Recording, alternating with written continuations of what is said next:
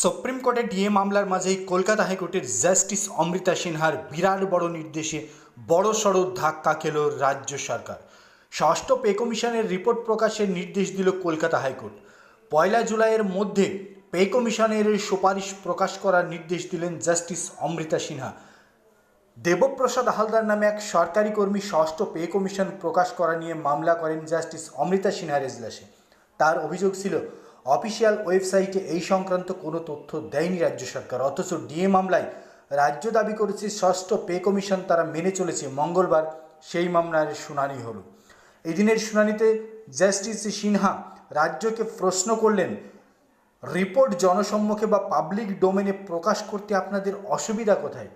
রাজ্যের তরফে কোনো সদুত্তর আজ এজলাসে দেওয়া হলো না।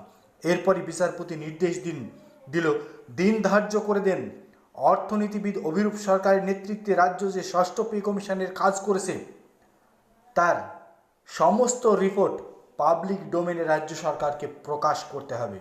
কারণ রাজ্য সরকার যে সুপারিশ করেছে সেই সুপারিশ অনুযায়ী এখনও পর্যন্ত সমস্ত নিয়মকানুন রাজ্য সরকার মানেনি, এমন অভিযোগ করছেন আবেদনকারী। তাই রাজ্যকে অবিলম্বে সেটা প্রকাশ করতে হবে।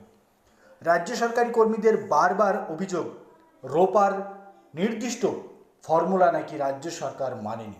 ষষ্ঠ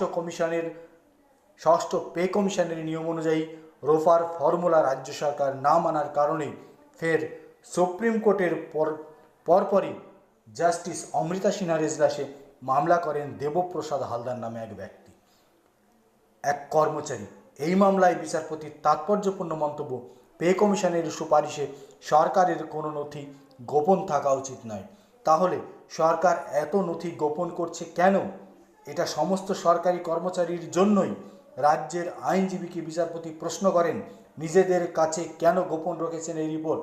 এত ভলিউমের রিপোর্ট বানিয়েছেন, অথচ তা প্রকাশ করলে কিসের যৌক্তিকতা? বিচারপতির মন্তব্যে আমতা আমতা করে রাজ্য সরকারের আইনজীবী কিছুদিন সময় চেয়ে নেন।